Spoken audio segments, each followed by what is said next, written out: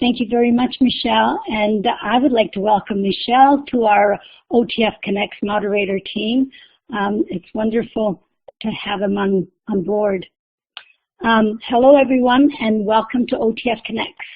I'm very happy with the rich program that we've got scheduled for our winter-spring sessions. And very happy to let you know that quite a few new webinars have been recently posted, and many of the sessions that were recently posted will be supporting teachers in the area of mathematics. So do check our calendar frequently, as new sessions will be added continuously. I would like to thank each of you for joining us tonight, taking of your own time from your family and work to be here. It's a small group, but I'm sure there'll be a lot of learning in tonight's session. So welcome, everyone. It's now my pleasure to welcome Chris Knutson, who will be facilitating tonight's webinar, The Classroom Economy. Chris, from my conversations with him, is a passionate educator who actively engages his students by delivering his courses through a financial literacy lens. So welcome, Chris. I'm going to pass the mic over to you so you can tell us a bit about yourself and start with your presentation. Hello, everybody. I'm finding it a little bit trippy here tonight because this is my first time teaching on an online format, and it's kind of like no faces to read or anything, so you know, no way to see if you guys are falling out of your chairs or not. But my dad was a DJ in Toronto back in the day, so at least this helps me to connect to him a little bit. Anyway, I'm a teacher in the TDSB. My name's Chris Knutson, and I've been working here for the past 5 years, but I taught internationally in Taiwan at international schools, in Mexico international schools, and I've been trying throughout this time to find ways to deliver a program that is relevant and meaningful, and just where the learning is integrated into the classroom. And one of the ways that I've sort of been doing this in the last few years is through this idea of a classroom economy.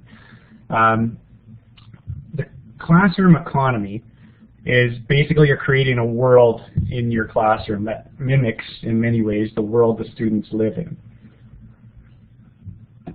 This is basically the outline for the night, so we're going to look at just a bit of a rationale of this classroom economy, why I'm doing it, some different parts of it, how to set it up, how to run it throughout the year, different things you can put into it, how to integrate different curricular objectives into the economy, and also going to bring up some ideas I have in the future that I'm trying to put into my economy, because each year I keep building and building and building and trying to find out new ways to make the projects and things fit within this world that I'm trying to create in the classroom economy. So first of all, this is a definition I got right from the Ontario Ministry of Education. They put it right in there that we're supposed to be teaching these skills and knowledge to help our children the students in our class, make decisions, financial decisions with confidence. Now, this purely focuses on the idea of finance, but within this, there's a huge social justice bent that we're going to talk about later on, how this all plays out. So the ministry lays out these basic things that they want you to do. Looking at financial choices, understanding basic money management, developing your own perspective, reflecting on things that are going on in the world, things that affect your family and your parents, like interest rates, mortgages, how to participate in society, and how to really handle the money that they have so that they can live in this world that we have right now, and in a way that is responsible and will do them good in the long run. So that's what the ministry lays out. Now I'm just kind of curious from you. I just wanted to do a small survey here, just how comfortable people are here with their own financial literacy, because this plays into how you're going to be delivering it in your classroom if you choose to use a model like this.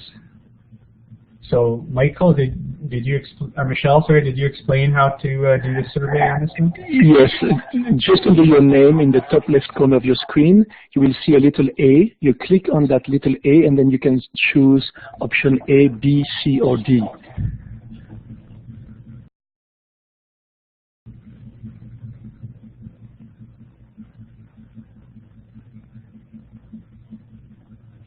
Go ahead, click on the little letter and select A, B, C, or D.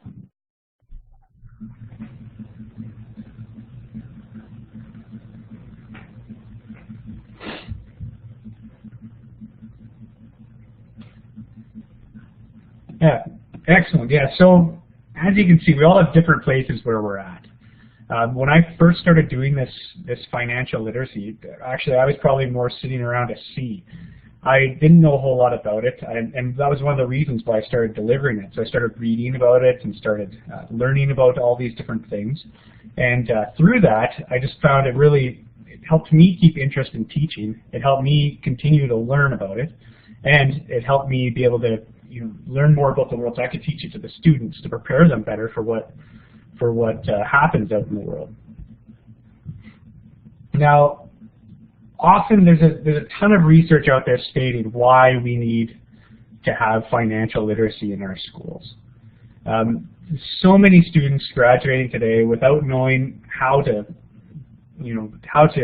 spend money, how to save money, how to view the way that things are funded in society, how to fund programs and all these different things that you really need. If you're really going to be effective in the world, you need to have an understanding of these different things. But it is thought that it should be included, and there's a ton of writing right now in newspapers and in the academic world about these skills that students just aren't getting in class for various reasons. It's hard to put these things into class. There's not enough time in the day. And therefore, it just makes it really difficult to put this extra class of financial literacy into action. There's one quote I really like, and I've been two things I've been really looking at for this guy, John Dewey. John Dewey was a scholar back in the early 1900s, and he wrote a lot about the relevance of schooling, and he said that school should not be preparation for life, it should be life itself. So within this classroom economy, that's really what I want to do, is create a lived experience that is real, that the students can work with, and when they're doing their projects and all these things, they're actually living and experiencing the pain of debt, the difficulty of coming up with expenses to pay rent and pay taxes and all of this within the regular class day. So that they live this experience, so you're not just preparing for it, they actually know this is reality for them day to day. And this keeps this whole idea of having subject matter in the schools not being isolated from life experience. It's so easy for us to segment and not integrate things that we're doing in school just to get the material across that you need to really focus on keeping this idea of a lived experience within your classroom. And that's really the whole thing I'm trying to accomplish in this. But unfortunately, it's very few schools that actually can do this with their put financial literacy into their program. But if you do put this into your program, and if you do work on teaching these things and setting up a classroom that's built within this sort of lived experience, the students will gain a lot from this. Yeah, so the biggest thing is just to kind of summarize why I'm doing this is relevance. They can connect to this. They see their parents using money, struggling with money, talking about how much, the problems that they have with financial issues. They need it. Everyone, it's part of the reality of our world that we deal with finances, money, and debt every day. And so this is a need to develop these understandings early. Social justice, a lot of our problems in the world sort of are in this lived experience of distribution of wealth, of wealth to fund non-profit organizations, even organizations that purely focus on the humanitarian aspect raise money and need to know how these things work. In fact, I just heard today on the news that that Goodwill was having some financial issue they had announced recently. And so all of these humanitarian efforts have to run through this financial framework that our world kind of has in place. And it's also fun. I'll show you some things that I've been doing in my classroom, and I've had great reports back from parents. Many of the kids who've come through my class have told the kids coming up that about this idea of having money and getting paid. I mean, even like the aspect of just carrying the dollars around and all that. They seem to really enjoy using the money and having the sense of realism in class. And the best part is financial literacy can be taught at any age. It's just developmentally adapted to whoever you're teaching it to. So no matter what your grades are, you can deliver this to whoever in any school.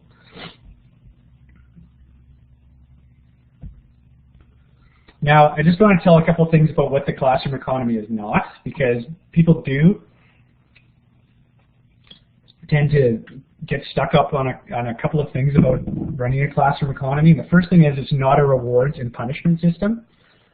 In my classroom economy, money is not used to reward academic achievements. It's not given as you did a great job, here's $5 kind of a thing.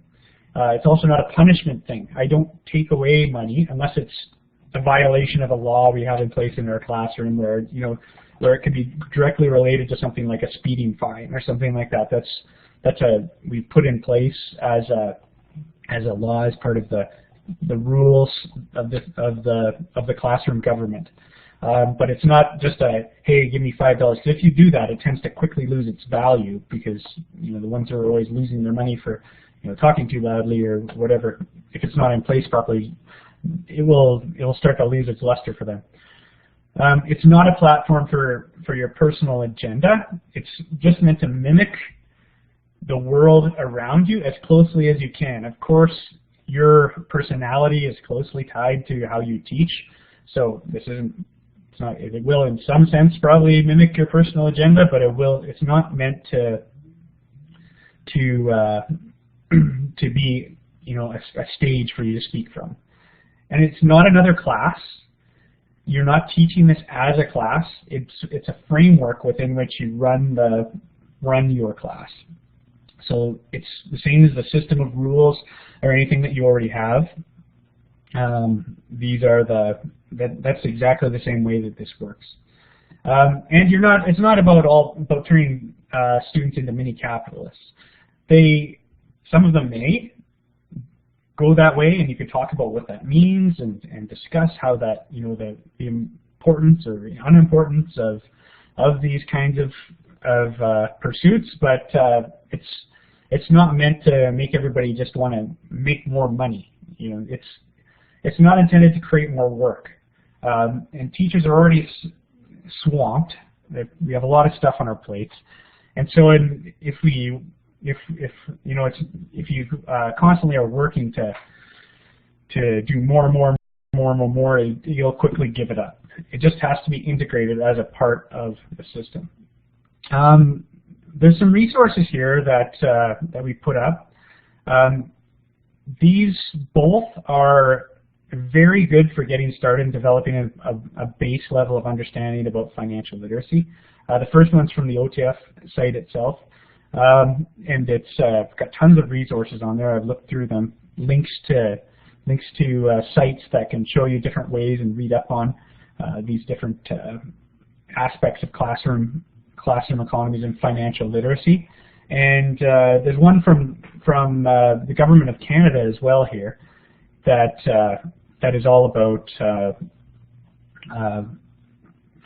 helping you to understand more about financial literacy, no matter what your level. It goes all the way from kindergarten up to grade 12. There's lots of resources on there. All right, so I'm just curious right now,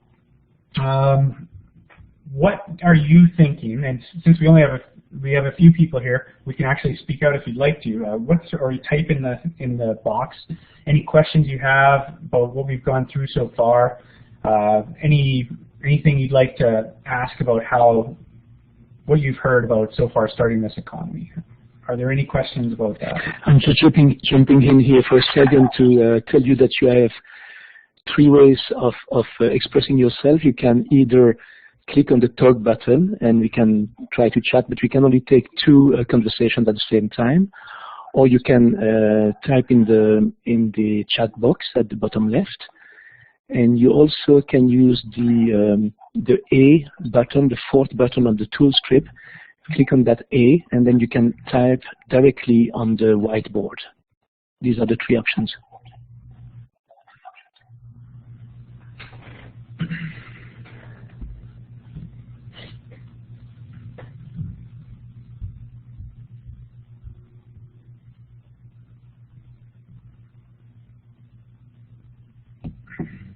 Hello.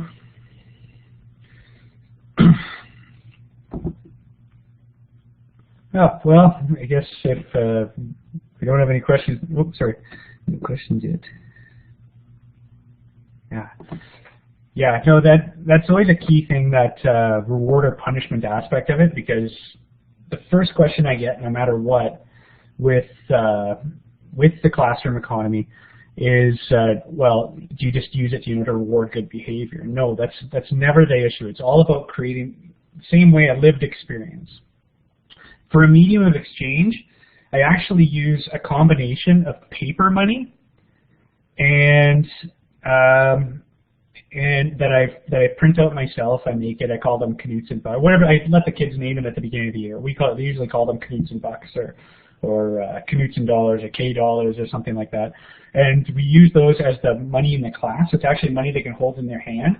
And I'll explain to you how and what they use it for a little later. But we also have a class bank, which I'll show you in a bit too. So there's only a small fraction of money, like cash, that's actually out in the class, and the majority of it gets paid into the bank.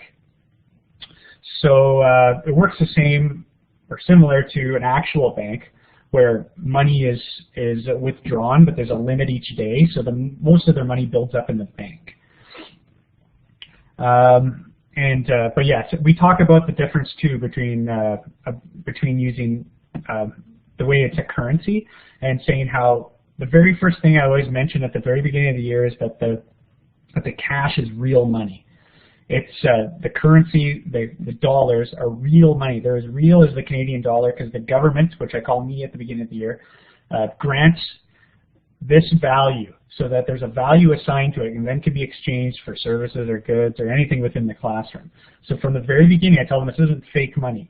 Now I say it's not recognized by the Canadian government, unfortunately at times, because I do have the ability to print my own money. Exactly, same for all fiat currencies, and that's what it is. And but if the government recognized it, we could agree on an exchange rate and exchange back and forth. Right now, it'd be illegal, and I give them the comparison of there are countries in the world, there are places in the world that have their own currencies that aren't recognized by other governments, and those currencies within the country would work the same as in our class, and I give them some examples of that. But yeah, so we use a fiat currency in our classroom, and we have inflation, and which I'll show you here in just a second. So, are there any more questions on the opening here? Give me a thumbs up if you're good to move on, or a check mark, I guess. Thumbs up. All right. Okay. So I'm just going to run through the basic framework of the classroom economy. So this classroom economy has classroom jobs. It has a bank. There's also jobs they can apply for. I teach grade 5. I'm a grade 5 teacher. I've used this economy for grade 4 and 5. Those are the only levels I've worked at. But I have read research saying about using these economies at different levels, which I could see how they could be expanded pretty easy with different things. There's a class bank, job proposals, the wheel of fate. We finance our projects in class using government bonds. We've been really trying to work in this whole aspect of social justice to really become central to the idea of this economy. All right. So the classroom money, again, I say, is a real currency. It's just not recognized, unfortunately, by any government. Like I said, we use it for exchanging it for goods and services within the classroom. And in fact, within the class, which I'll show here in a little bit, we use these. We buy pencils, we buy erasers. They pay to go to the bathroom. They pay for different jobs that they made up, and even in grade 1, like you're saying, they can fill a job application, be hired for classroom jobs. You can definitely apply that at any level, and that fits perfectly into the classroom economy too. So a lot of the things with this economy, it can, whatever you're doing right now, you can basically just adapt it to the classroom economy. All right, so the class bank. So the bank is a place to store money. Now, all we have right now in my class is a central class bank. It's one bank that I have created. I keep it on Excel, and the students run it. And it's a place where they store their money relatively safely, although on occasion there have been a few technical glitches. But overall, it's saved. It's safely stored. It's backed up, and the majority of their money will be kept in the bank. And all of the banking usually is done at the beginning or the end of the day, mostly at the end of the day during cleanup. So this is what the class bank basically looks like. Like I said, it's just I keep it on Excel. That's just the way I've done it. There's the deposits. Let's see. Okay.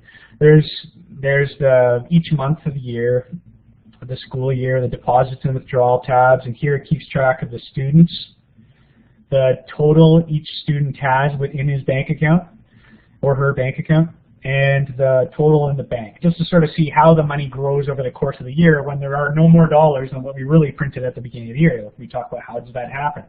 And so it's built up. All it is numbers now. So that's what the class bank looks like. These are the individual month sheets, so they just, under their name, whoever's the banker will come in and enter the dollars for the week, put the date in, enter the dollars for the week, and then that gets calculated and gets tallied back up onto the total, so that over the year they save their money in the account. So we do these for the class. Everything is part of the class routine. So going to the bathroom, paying for materials, jobs, class jobs. Give me a check mark if you do class jobs in your classroom.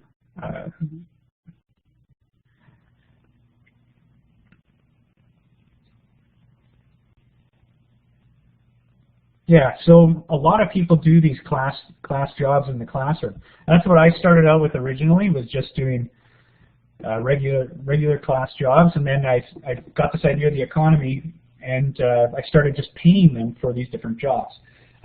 Do mini lessons to talk about these routines. The first few weeks is all about setting up the structure and the jobs and how it all works. But the routine, the same routine you basically have now, would be built into this idea of the economy. I have a basic fee structure. This has changed, but this is kind of the way it looks. We have taxes that we pay. This changes from year to year, and sometimes it changes during the year. When we want to fund new projects, we may raise taxes or lower taxes. So this isn't static. They pay a rental fee for their desk. Again, sometimes it goes up during the year if costs are going up, or sometimes I've sold desks to the students so they could actually buy it if they had enough money. We put prices and then they sold them back and forth. And anyway, that got pretty crazy, but it was really interesting. And some would buy 2 desks and rent out a desk, and it was very interesting to see how that all worked. But it starts out as a basic desk rental. if people, like if the students lose their pencils or erasers, I'm sure your students never lose their pencils or erasers, but mine do on occasion. And if I find them and I keep them, then and they come up to me and say they lost a pencil, I'll just believe them and sell them a pencil for $5 finder's fee. Yeah, bathrooms. Of course, we have to give the free time because you don't want to, anyway, give free time. So this bathroom's always free to use at recess and in the first 10 minutes of class. So they have a time that if they plan wisely, they don't have to spend a cent on the bathroom, but usually bathroom trips are about $5. I've had library trips, passes they paid for and things in the past, but these are basic. Class store, usually once a month I have a class store where they get a certain amount of time to come up and they can withdraw money from their bank account, and the bankers sit there while they come up to the class store and they buy things that have pencils, books, erasers, whatever, and they can use their money to do that. And those are just whatever prices. And we also have auctions. We'll auction off a pencil or something like that to the class. Fines. At the end of the day, I do have a fine thing that I do. So and I compare this again, trying to keep this whole reality aspect. I say if, for instance, you live in a city and you don't shovel the snow from your driveway or the sidewalk in front of your house, the part of the sidewalk that you're responsible for, you can actually get a fine for doing that. So I talk about that infringes on the rights of the people around you and their ability to walk and use that public space on the sidewalk and all that kind of thing. So same thing, if your stuff is creeping out of your desk, then you get a fine because it infringes on the rights of the people beside you. So again, always coming back to this idea of realism within there and trying to keep talking and discussing. And they'll bring these up, and sometimes they won't do this. Speeding. Sometimes we have runners in the hallway, and I'll give them a speeding fine. So I talk about that too, like there's dangers when you're driving a car, and if you're responsible, although apparently we're all going to automated cars within the next 10 years, I hear, so maybe I'll have to take this one out eventually. But the speeding, if you're speeding, you're not responsible for the people around you, and an accident occurs. And you can almost every time I talk about this speeding fine, I can bring up an article from a newspaper or something where someone's been killed or hurt or family's been damaged by someone speeding in a car, and I said, well, how is that different from you running in the hallway? It's a law, it's a rule in our school where you can't run in the hallway, and so one of the things we do to try and curb that, the same as the police with their tickets, is to charge a fine. And then of course there's the free stuff, anything for teacher-provided materials for classes or things like that. Those are all provided free. They're free, but I discussed they're not really free. They're paid for by the tax system that we have in place in class. So I say that everything that they pay for comes across from these taxes that we charge. The taxes pay for the things that are free. Again, talking about the things like our libraries, which are free, but they really aren't, because we pay for them through our taxes. And coming back always to that relevancy to life, and it just gets them to think about that in another way. I make sure all the time. One of the things I try and do is talk about this idea of unfairness, and I know it's kind of anti-school in some ways, but this whole idea of I do pay assigned to each classroom job, but the pay scale is different. The different jobs are receiving different pay. Now, I've tried different years of having the students decide who should get paid more and talking about why they should be paid more, which has worked well. I've also sometimes just assigned pay for jobs. And yet there is entrepreneurship, definitely, and starting a business. It's coming up in a slide up here. I got some really cool things that people have done with their jobs. But these are the basic jobs that everybody in the class needs to do. It's sort of, I call it, it's part of being a contributor to our society. Now, I said this is the one part, I talked to the kids about this too, this is the one part that is not quite the same as our real outside world. This is 100% employment. I said in the real world we have unemployment. Hi, Caitlin. welcome to the class.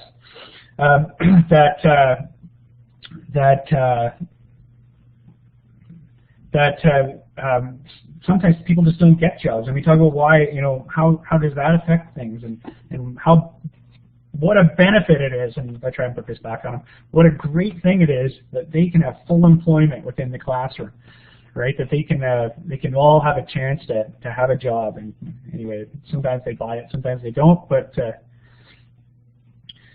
yeah, so it really is something that they all participate in, sort of the benefit towards the class. They're rotated through. They don't stay at the same job. Everybody gets a chance to do all of these class jobs.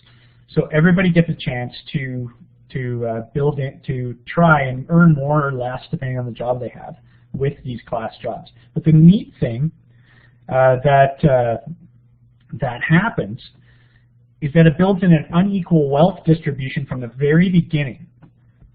So I have it set that the bankers have the most money. Now the reason, get paid the most. Now the reason for that is they have most of the work throughout the year, because running the bank is actually pretty tough and a lot of responsibility for that.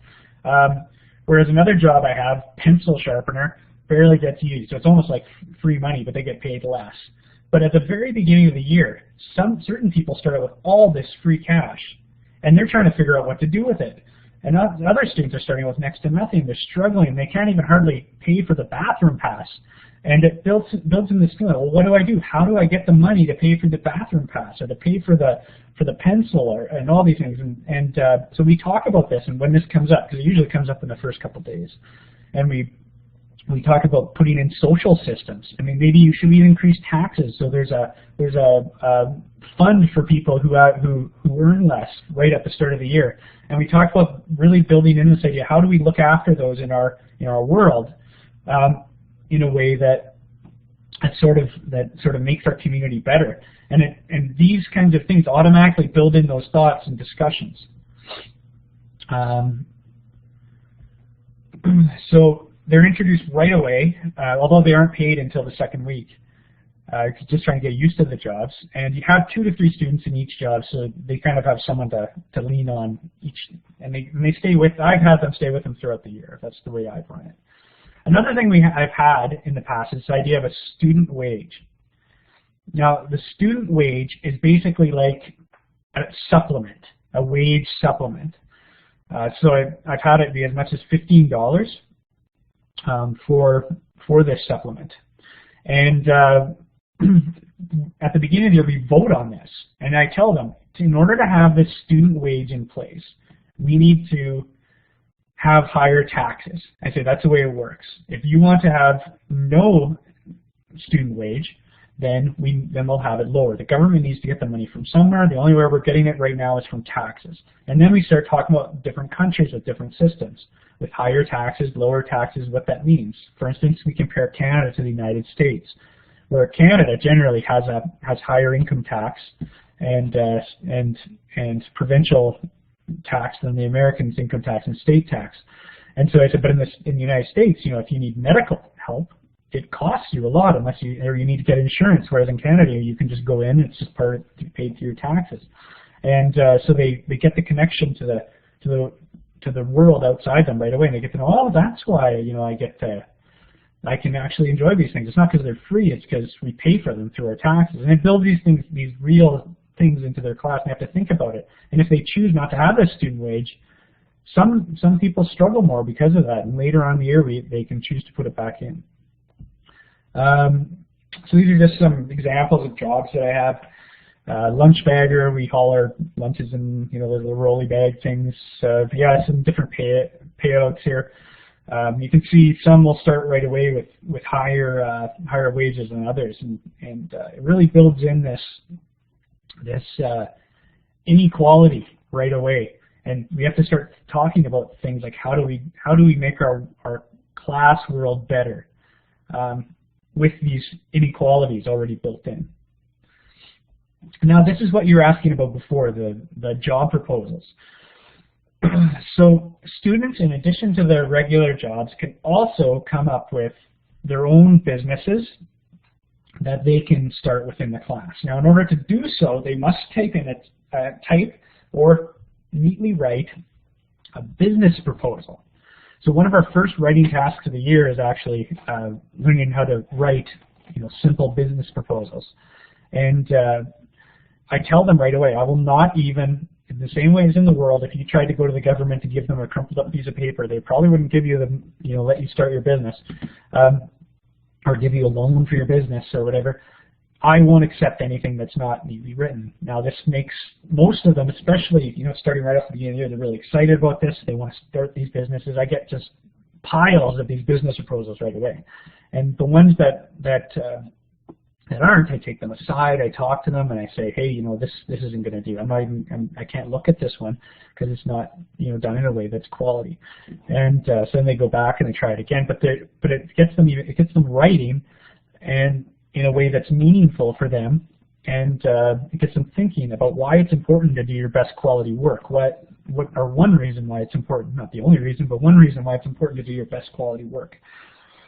And so this really gets a lot of them excited. So some of the jobs that I've had present. Oh, and there's also a fee that you need to charge. So I charge them a $20 fee for their business license, and then if there's pretty steady inflation within the class, we start to bump that up a bit. But it's a pretty. This is one of their favorite parts of the whole thing, actually. So some types of businesses that have come up with. The first one is desk cleaning. Almost always, this is the very first one that comes up, because my thing when I talk to them, I say to them right away, and I actually use this as an example now, which is probably why it's the first one that comes up now, but I say, a lot of your parents, how many of them maybe pay someone to, I don't know, clean their house, wash their car, make their coffee for them at a coffee shop? Not everybody likes doing everything. Some people just aren't good necessarily right away at doing these things. They can do them fine, but maybe somebody else wants to do it and get paid for it, and we'll do it for them. So I said, why not? If you want someone to clean your desk, sure. So for the desk cleaning one, often the students in class are good at organizing their own desk. They'll then go around and be hired out by the people who either don't like to, or just forget to clean out their desk, and they'll do it for them. So that's a business that started within the class. This is insurance company. This one was particularly interesting. This one's come up a couple of years, where I have this thing that I'll show in a second here called the Wheel of Fate. And basically what it is things come up in life. Sometimes you get in a car accident. Sometimes you might get doctor's bill or something like that. A surprise speeding ticket, something like that you need to be covered. And so if they get that, then these students who start the insurance company actually will take a premium for them, and they'll pay it for them. And the students were kind of quite clever about this, actually. They took these premiums and they invested them in our government bonds that we have in school. And they found that they could actually make a ton of money, because they realized that things didn't happen to people that often, and they could make sure everybody felt better, and then have this money that they earned and just invest it in these bonds and earn. I had 5% on the bonds. So these are students came up with this idea, which is basically what an insurance company is. Markets is another big one. When I hand the pencils out, or we have a store where people buy things from the store, an auction, they build up an inventory, they'll often get together with other students and they'll start a store. During that end of the day, cleanup time, they can have this store that they sell these things on. I don't have a stock market yet. I actually was going to get them to, there's a simulated website, a simulated stock buying thing. We could buy stocks of real companies, just with for $10 a practice account. And I was going to kind of introduce this into my class. I haven't done it yet. I've been trying to work on how I want to fit it in. But I thought that would also go along well with graphing and all that. But yeah, investing in the companies in class I've thought about. I haven't put it into place yet. That's in my things at the end that I really want to do, but I haven't got to yet. But I've talked about it a bit. That's something I really want to get in there. auction houses are a big thing too. So the same thing as the store. Only I do class auctions, especially at the beginning of the year, because I'm going to show you about starting the year off and how I started off. I do these class auctions to increase the supply of pencils and erasers in the classroom, and in order to do that, I auction them out or do a draw. But students got the idea too. Hey, why don't we do our own private auctions? So they started their own auction companies. And so in one corner of the class, at the last 15, 20 minutes of the day, where there'll be a store, the other one there'll be an auction house. Private banks. This is something relatively new. It just started for the first time last year. They asked me if they could start their own bank instead of the class bank, and I said, yeah, they could. They could make loans, but we had to work on putting some regulations in place, setting interest rates, and also how long they loan. So we set it for loaning out by the month, because just this way it works within the class seemed to work the best for them. Not the only way to do it again, but that's just the way we did it last year. They wrote that up in their business plan, came up with that idea themselves. The wallet maker, that one is another one that has come up every single year. I think I've had, because there's an automatic demand right away for a place to keep their money. I give them a little plastic tray they can keep it in, but it's not the best thing. It's a cheap dollar store tray. But every year someone's come up with this idea of making colorful wallets out of duct tape or something, and they bring them into class and they sell them to the students so they can keep their money in these wallets. Another business they start. Newspapers, we've had class newspapers made, all sorts of things. The Wheel of Fate. The Wheel of Fate is what I was talking about before, where the people from the insurance company came up with this idea. So the Wheel of Fate is just basically to see what happens in their life on that day. So before we do the Wheel of Fate, we talk about why we're doing it. And it's like, think about any day when you go home and something could happen. Something unfortunate could happen, or something fantastic could happen. They could win the lottery, or they could get into a car crash. Those things happen in real life. And so we talked about putting money aside, make sure you don't spend it all. So you need to, yeah, exactly. So you need to, so that you can cover these surprise costs. We talk about the wisdom of keeping a little money back, a little cash in hand, a little bit in your desk, that you don't blow it all on pencils or bathroom trips or whatever, so you can pay for these surprise things that come up in life. And yet again, the insurance company helps to kind of to cover some of those costs. So, and we also have this idea of financing projects, which I mentioned a little bit earlier. And we finance these projects in a few different ways. So these are class projects. So I get the materials for class, and then I tell them, well, we can't build a bridge, for example. I'm in grade 5, so we usually do a bridge building project. We can't finance this bridge without having a way to pay for it. The bridges don't just appear. Someone needs to raise the money, and usually it's a government project. You need to figure out a way to pay for this. So we go through the whole idea of what a government bond is, and this whole idea of how bond is lending out the government, borrowing money from people and then paying them a little bit of an interest rate on it.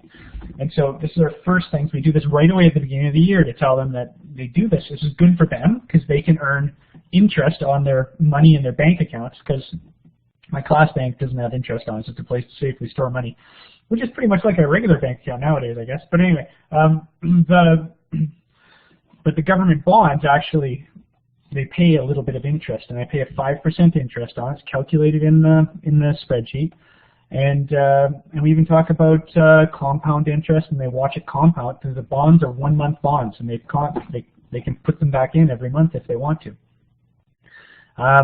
Taxes are the second way we fund things.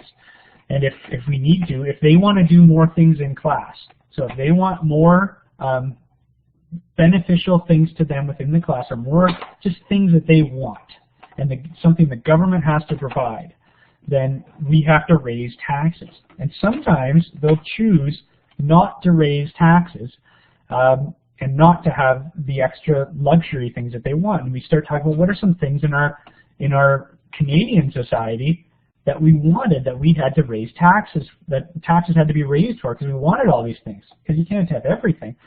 And this opens up a lot of dialogue about why we pay all these taxes and where these things we get, like the libraries I mentioned before, come from. And finally, private investment. So there is a little bit of this. It's not a stock market that I have in place so far, but there is some private money that can go into certain projects that we do. This is a relatively new thing for me, but we have started getting this idea of people can put their own money into certain projects, and they can choose to or not to. So, and they get paid out a percentage of whatever they pay into it. Kind of like stocks, but not officially called stocks. Yeah, and a lot of our projects are based on this idea. It's funded by the government, so everyone can invest in it if they want to buy bonds, if they want to, or they don't have to. But then the projects are geared towards this whole idea of winning the government contract, so they get paid out from the proceeds from the bonds to fund these projects. And the social justice aspect is really the part I've been trying to work on. Poverty becomes very real within the class, and it brings up a safe way to talk about it. Sometimes in some classrooms, philanthropy, we have started. We've been doing more of that through this idea of starting nonprofits within the class. And these nonprofits were often aimed right now at they put their own money into it, and they try and do things like raise pencils or things like that to support people who don't have pencils. And they go around, they determine who needs the pencils and all this kinds of things. They try and give money to people who need to cover their rents, or they just can't. And we talk about why you'd want to do that and how you do that and how you do that properly. Income inequality, again, like I discussed at the very beginning, is something I really want to bring in. And again, this brings in a safe way to talk about it, because no one's really. It brings up the idea that no student is really the poor one in this. It's just using the class money, and at this moment in time, because remember they rotate through all the jobs, so everyone gets a chance at having the rich job at some point in time, but it helps them to feel it at one point in time, being the one with less money, being the one more, seeing what it's like. What do you do when you want to make more? Debt. I had some students who got really, really deep into debt, and we had to talk about like what this meant. Then we keep it. It's always kept kind of light. Like it's not. We don't call this. It's not the most serious thing. We talk about what does it mean to borrow money. So when the people had their private banks and they were lending money out. At the very beginning, we didn't have a law for the interest rates, how much interest rates. So they were charging these huge interest rates of like 40% or something like that. And we had to, and of course then the people got more and more into debt, and we had to talk about it, and that's where we came up with the idea of setting at 5 and all this. But it brought up an interesting thing of what are fair rates and what is fair ways to loan out money. The best part, it offers these other opportunities, things that I kind of like to do. If I had some other people working in other classes, I've talked to some of their teachers about this from time to time. We could do things like immigrations from another class. See what it would be like to bring in someone from another class into your class for a day or a week or something like that. Which class has the most stuff? Which class uses the most social supports? How does that work out? What do they like better? It brings up all these different things you could do actually between classes as well. And the best part is all of these things give real comparisons between events outside and in the classroom. So this is the website that Michelle just posted up there, myclassroomeconomy.org. That one is really good. It's got a lot of materials and resources for starting a classroom economy, and he's an American fellow, I believe, and the person who started this, and it's got things all the way from K to 12 of things you can put in. So that's definitely something to check out is this My Classroom Economy. Any questions? You've been asking me some as we go, but is there anything else that that you'd like to ask?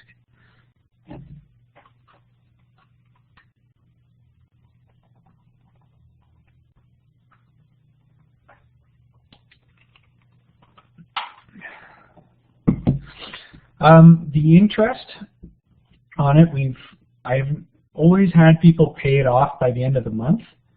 I don't see why they couldn't keep borrowing money and paying, be constantly have debt throughout the year. In fact, we even talked about that. Is debt always a bad thing, right?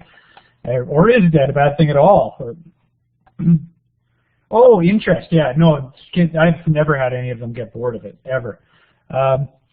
I've had them get bored of certain parts of it. For instance, the wallet making thing or something like that. They sometimes get bored of their own jobs. But again, remember, this is part of the classroom structure. So I guess it would be, it's run exactly the same way as you run your classroom now. So you have your own jobs in your class. It's just sort of integrated in a way like that. I've had obviously a student or two here or there who's gotten bored, but on the whole, when the thing ends at the end of the year, the kids all go, they're all sad that it's over. And just because they like the idea of using money and earning money and tackling these issues. Yeah, I've never stopped it throughout the year. I usually in the middle of the year I'll ask them, how are you guys doing? Well, are you guys liking it? It does big time help them get more engaged in other parts of the curriculum. As soon as I go through the year structure, I have a couple of integration things that I use with it, just some examples that I can show you about how I integrate this. Because my whole idea with this is to integrate everything through this. I'd love to have not just the economy, but this idea of realism and relevancy in it, where every project I do tries to have a link that can be linked to the real life. Because I just know when I was a student, my biggest frustration was that when I would ask, when are we going to use this, the teacher's answer was, anybody know it? Anybody know the answer to that? When are we going to use this math? We don't know. You just have to do it. That's what they'd say. You just have to do it. And so what I always wanted to get away from is that idea of that you just have to do it idea and try and show them a why with it.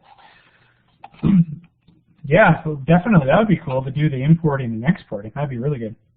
I was actually going to do some importing and exporting again with a friend I was teaching with in a school I was in. But yeah, no, it's super awesome. That'd be a great idea. Yeah. So, anything else?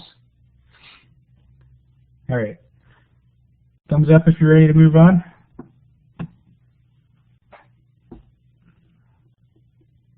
All right. Okay. So, the year-long structure. So, it's pretty simple, pretty laid out. At the beginning of the year, you just focus on all that setup that I showed you before. All that gets set up within the first 2 weeks, basically. It's a crazy first 2 weeks, but it is anyway, right? When you're trying to get your kids into your routines. Again, I tried to keep this because it was for myself that I started doing this. Tried to keep it so that it was the same as if I was setting up my own classroom. You get them to learn how to go to the bathroom. You get them to learn how to stand up. Get them to learn how to do their class jobs, right? So it's all exactly the same thing. So you set it up, get things in place. And then throughout the year, you're just maintaining it. And honestly, after the first 2 weeks, for sure after the first month, they run everything. And for the last 15, 20 minutes,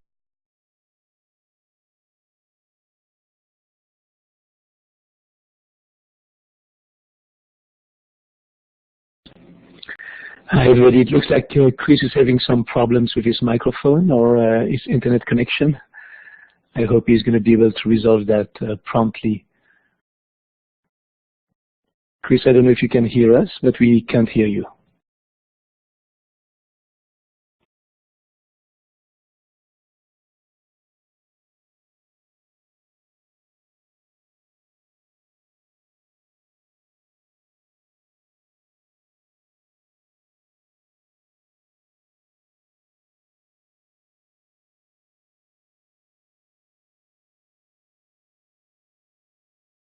Hi, Michelle and everyone.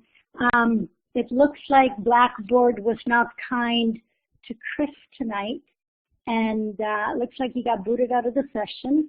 So I think we can all stay calm and wait for him to log back in. So maybe you can talk to each other and do pick up the mic. Feel free to pick up the mic, and maybe we can use this time, as Sandra's suggesting here, anyone else use the classroom economy with their classes.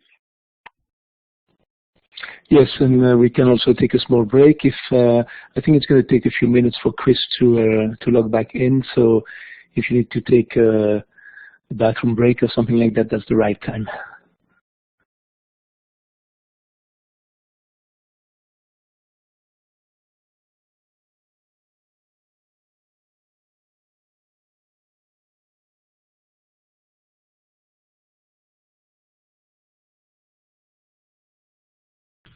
All right, sorry about that. Got cut off.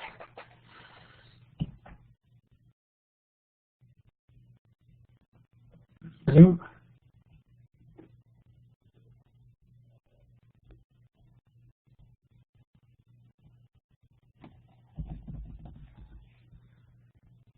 Hello, can you hear me? Yes, Chris, you're back online. Thanks. We can hear you. Yeah, sorry about that. Sorry for interrupting. Maybe, Michelle, could you make Chris moderator again?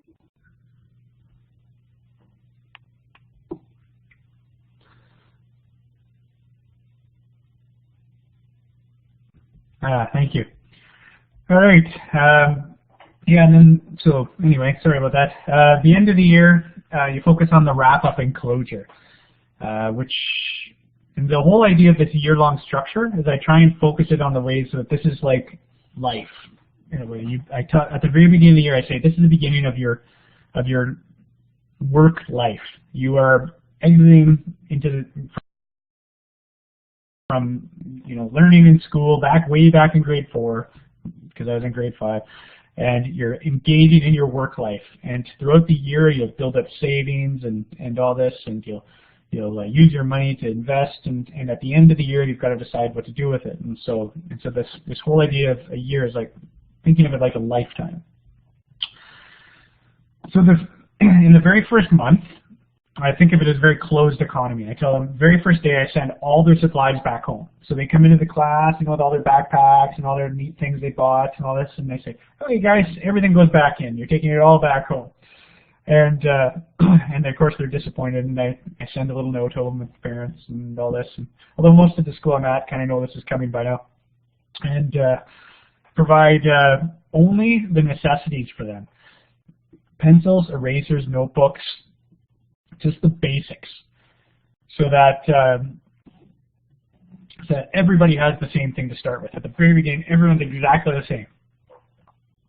And then I outline what's going to happen with the class, what the economy is about, why I did this, and I train all the students on all the jobs except the banker, because that's kind of a tricky one for a lot of them working with Excel.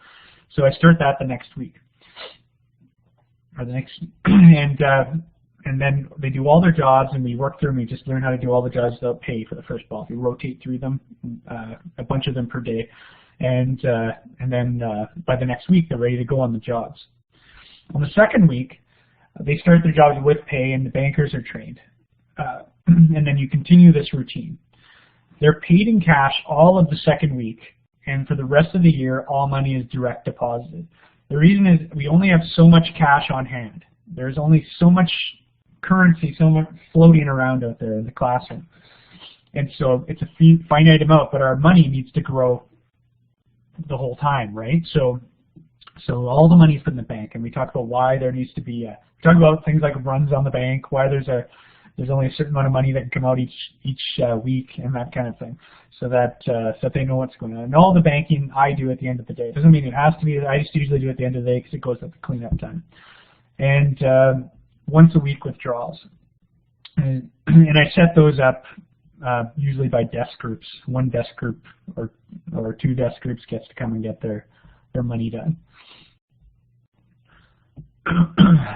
So the neat thing about this, though, is that there's the supply of everything is highly restricted in this, and nobody has anything particularly unique, because all the pencils look the same, everything looks the same. And I know if anything new's come in because it doesn't look like what I got, pretty much. And the only way to get supplies is through the auction I was telling you about earlier, a draw.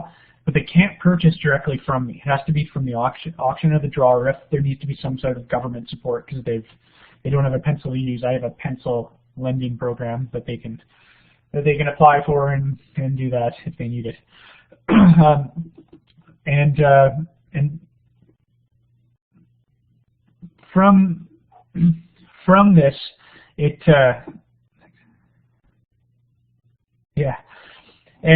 so from this, you can see how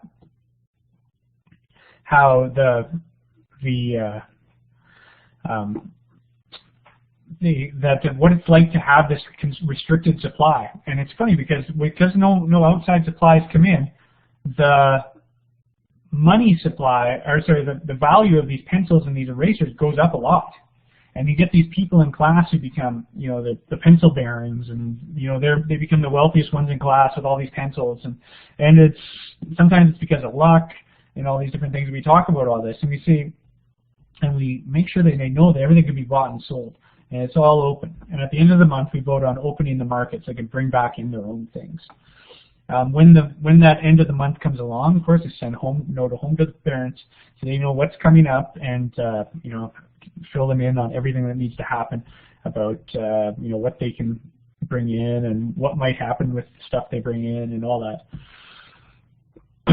And we vote for it, and almost always they vote to open it up because they want to get their own things. And then it's quite interesting at that point. The reason I keep it closed at the beginning is to see this whole idea of the supply and demand. When the pencil prices go up, and then when they can bring in their own stuff, the pencil price crashes, and whoever was the pencil baron, they lose all their things. And the whole time we're writing reflections on this in their journals and things, just talking about what's going on. Do you feel poor? Do you feel rich? And all this stuff. And it's very interesting to see just how the change that comes in the class when it's opened up, and they can suddenly bring in supplies from outside. And the majority of the year then runs like that. I maintain the classroom economy, the jobs, but everything's open. They can bring in their own supplies. They run it themselves all the time, and I just act as a monitor. And usually we bring up issues through class meetings. For instance, one year a gambling ring started, and we had to talk about why that we weren't going to do that, and why sometimes those kinds of things. Why in the world outside are you not allowed to go into a casino until you're 19, I think it is here. So it's I'm from Saskatchewan, so sometimes I get my ages mixed up. Yeah, so it's pretty interesting to see them just get these takes on and all the issues that come up throughout the year through running the class through this economy. And at the end of the year, we ended off as the end of the year is like the end of your life. And we talked about the second last school as being the retirement, the golden years of your schooling. And there's a few things we can do then. They have a choice. They can do wills, scholarships, bursaries, donations, or just blow all their money if they want to, or give it to someone else, whatever they want to do with it. And we say, like we talk about, their grandparents who are maybe in retirement, and like, why do you do these things? And it's funny because some people start things like scholarships for people who struggled with things that they struggled with. So, for example, maybe they struggled at earning enough money the whole year to go to the bathroom. There's been bathroom scholarships that have been, these kinds of donations, charitable foundations, all of these different things we've come up with within the classroom, and they've been willed or set up for the following year. And sometimes they will all their money to their brother or sister, but of course you never know whether their brother or sister is going to be in that class.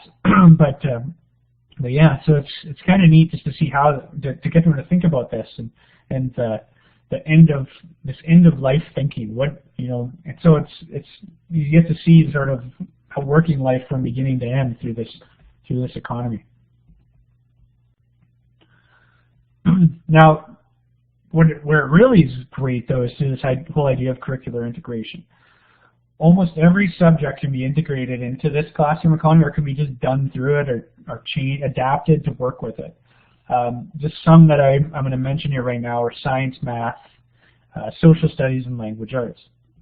So for science, I told you about the one before, the bridge building project. It was really neat because it actually tied in some of the things we were talking about in government too, because we do Canadian government in grade 5. And so talking about how does the government get these projects made? A parent who was an engineer came into the class, and an architect, a bridge architect, came into the class and actually gave a talk on building bridges and all this kind of thing, and how they got the money from the government to fund projects. And so they actually heard firsthand from an actual architect how this is all done. And they have to, they invest their own money in the project as well as the bonds. So the bonds they do for savings in order to pay for the projects, and taxes. If we didn't get enough people purchasing bonds, we had to raise taxes to pay for these projects. But they have to put their own money in it, and in order to win the contract. And all of the resources used had to be bought and sold within the classroom, and there was no limit on what they could buy. So some person might end up with all the popsicle sticks, and they'd have to resell it out in the classroom. And it was really interesting to see how that all works. It also affected the way they designed and did their projects. So each group was set up into firms, and they all drew a blueprint, and then used the blueprint to build a bridge to make the projects. Yep, Ashley?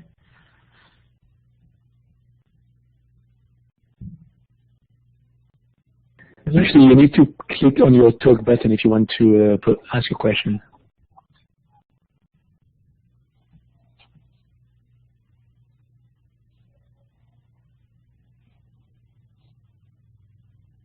Oh, so it worked out pretty neat. So they kept track of all this. Pretty messy, but the students did all this. They keep track of all of the materials that they used, the cost of the materials, and they tried to keep under budget because they estimated their costs. I gave them the materials that they could use, and they tried to estimate how much they would need of each material on their blueprints in order to fund these bridges and try not to go over the cost that they wanted. I think pretty much all of them went over, but anyway, it was interesting for them to just calculate the costs and of all these materials and try and build these bridges. So everything was attempted to make according to scale, and so again, there's some math right there too, but it was really interesting. The bridge building one was a great one for math, but also the daily practice. So if you teach grade 1, 2, 3, up to whatever, they get a lot quicker at figuring out adding, subtracting, all that when they're using their own money. With interest rates and their rate of return and their profit margins, they have to calculate all that with math. So they're like my kids in grade 5 were calculating percentages quite quickly, like using these. They were so used to doing it over the whole year, when they were borrowing money or buying bonds or whatever, and just working with others too. It's spend a lot of time trying to figure out how to do these things together. Social studies was a huge one. We talked about types of government. We actually set up a government in class one year. Tried to imitate the Canadian government. Yeah, we actually talked about compound growth, compound interest on the bonds, and we looked at it at the end of the year after they saw their money being reinvested the whole year. We talked about that concept and how doing it earlier is exponentially better than starting later. And so we looked at setting up our governments. We drafted constitutions with rights and laws, and we set up our laws in our classrooms, and talked about fines for those laws and all these. Do we need fines for those laws? What are these laws for? Something we have to learn in social studies. We did it all through this classroom economy in our class world that we developed. All funding of, like, we had public displays like museums where we made things for back when we had ancient civilizations in grade 5. We made public displays that we funded through these bonds, like our museum. It was a public museum, so it was funded by the government through taxes and bonds. So it's all these things you can tie in, and it shows like how in the real world, they can think, oh, when I go to the museum, I'm actually funding this. It brings that sort of realism again and relevancy to the things you're doing. So I'm just thinking, what could it look like at your grade level in your classroom? Like what other kinds of projects? Does anyone have anything that they do or something that could be done through this sort of classroom economy model?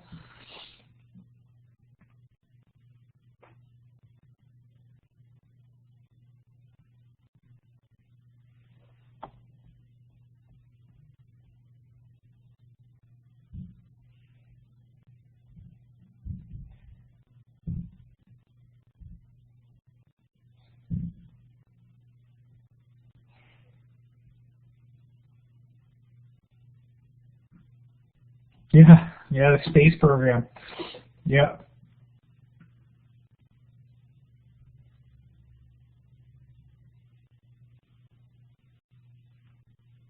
Yeah, all of these things, right? They need to be funded in some way, and so it just brings that sense of relevancy and ties them into why it's important to learn these concepts. Exactly. Yeah, and all of this is it's also better doing it in this. I think, sir, my opinion, it's better doing it in this way, through the class life, because if it's taught to them as, if I just teach my grade 5s compound interest, they're going to look at you and their eyes are going to roll over, right? But when they see their classroom money growing and actually working, or when they see the reason for funding programs, or why our Canadian world has ended up the way it is, by living it and then discovering it, and bringing up these questions and talking about it together, then they think, oh, it really comes up. Like if I've had students go to their parents who've run nonprofits or anything, because I'm not an expert on these things. I'm just I'm learning as I go. But then their parents are experts and they talk about this, and their parents are like, yeah, and then they come back telling me the things their parents have told them about what we've been talking about funding, social benefit projects or things like that. And they get really into it because they see how it actually works in life, and they live things. Like I said, John Dewey said that school should be life, not training for life. And so that's so it's just huge. So some ideas of the future, like I brought up in the little bit earlier here, stock market's a big one I'd like to do. There's so much that could be done with the stock market, and this would be great even for grade 9 to 12 or whatever, for doing graphs, line graphs, for calculating rates of return, for all these things could be done, with the stock market. So much math in the stock market. It's unbelievable. Creating private banks and keeping the class only as a central bank. I've thought about doing that, where I automatically off the beginning I sort of bring up this idea of people starting their own banks. I really want to work on this idea of nonprofits and charities, and to get more of this idea of social things. Yeah, definitely the instant gratification thing, because I have students who blew all their money on, well, bathroom is usually the big one in my grade. they want to go to the bathroom all the time. There's certain students who want to go. So they, and in the past, I've had students just want to, they like to get out and go for a walk. It's fine. But they blow all their money on this. And later on when the class store comes around, they're like, I don't have any money. It's no fair. And I'm like, well, no, it's what you chose to do with your money. Oh, tax credits. Yeah, that would be neat. Yeah. All these things that are real. And we actually, like I said at the beginning, we have these things in our classrooms and we're doing them now anyway, but they're not always connected to, at least for me before I started doing this, they weren't connected to the world outside. And it was just a school thing. But when they start to see these connections, they really, really get into it. I really want to build on this idea of curricular integration. My goal would be to try and integrate almost everything through this in some way, or at least tied conceptually to it, like the idea of taxes funding a museum, where there's a reason for why we do these things, and just to really, because I found honestly by doing this, the participation, in fact, the interest grew just in my students just hugely, this is right now. This is my 5th year doing this, 4th year. I've done it for 4 years. I did it before, like just a money thing before that, but I've been doing the actual economy and building on it for the last 4 years. Yeah, so it's been really just, kids have been so much more interested in the projects and everything. I have seen students come back and talk to me about things. They've told me things about, like, even small things, like one student came to me and said they actually invested some of their money they'd saved from something, with their parents in a bond or something like that. But they've come back and talked to me about it over time, mostly memories about how they enjoyed it and that kind of thing, nostalgia.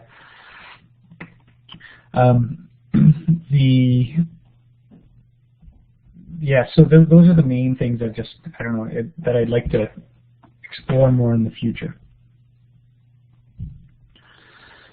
So that is pretty much it. I don't know if we have any questions that are remaining with you guys, or anything you'd like to bring up. But yeah, so that's my take on the classroom economy. Anything that I do have some resources here at the end that you can check through, just different sites.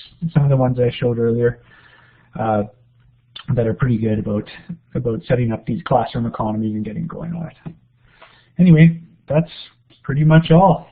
Thank you so much for listening to my spiel on the classroom economy. Thank you so very much, Chris. It was a very, very informative session, and thank you for sharing so many creative ideas to integrate financial literacy in your classroom. You made so many real life and curriculum connections, and I'm sure your students are better for it. I think it's so important to engage students at a very young age, so you're doing a great job. Thank you for sharing so many creative and effective ideas, examples, and resources here. So thanks again, Chris. I'd like to thank each of you for giving of your time to participate in tonight's session. Thank you for sharing and collaborating in the chat. That's always helpful. And I hope you will find ways to incorporate Chris's creative ideas in your classroom practice. You'll receive an email tomorrow with the links to the recorded session and the links to all the resources that Michelle has put here and shared from Chris's presentation. There's what the slide here shows the number of webinars that are going to be hosted in the month of February, along with many more that I talked about earlier in the areas of mathematics that have recently been posted on the OTF website. Please check out the calendar. Michelle has put the link in the chat. Share that link with your colleagues and encourage them to sign up for upcoming sessions. It would be wonderful to have you join us again, and we'd welcome your colleagues also. Now, yes, we were very happy to announce, OTF is very happy to announce, they actually made the announcement last week, that it has received funding from the Ministry of Education to support teachers in the area of mathematics and technology. They're providing up to a $450 subsidy for teachers who successfully complete AQ and ABQ courses on or after February 1st. For additional information, do check the OTF website. The link is there on the slide. And good luck to those of you that are taking these courses.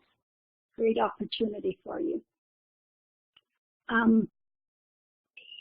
When you exit this session, you will receive a link to a feedback survey.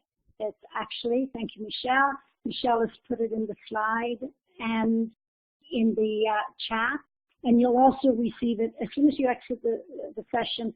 The survey link will just pop right up. Please take a few minutes. It only takes a few minutes, and give us your feedback. We're constantly trying to improve our program, and we would welcome your feedback. You also get a certificate once you fill in the survey. Once you submit it, you will have the opportunity to print yourself a certificate. So thank you. It looks like Caitlin is still with us, and thank you, Chris, and thank you, Michelle, for supporting us tonight. And have a good evening, everyone. Thanks, Sherry.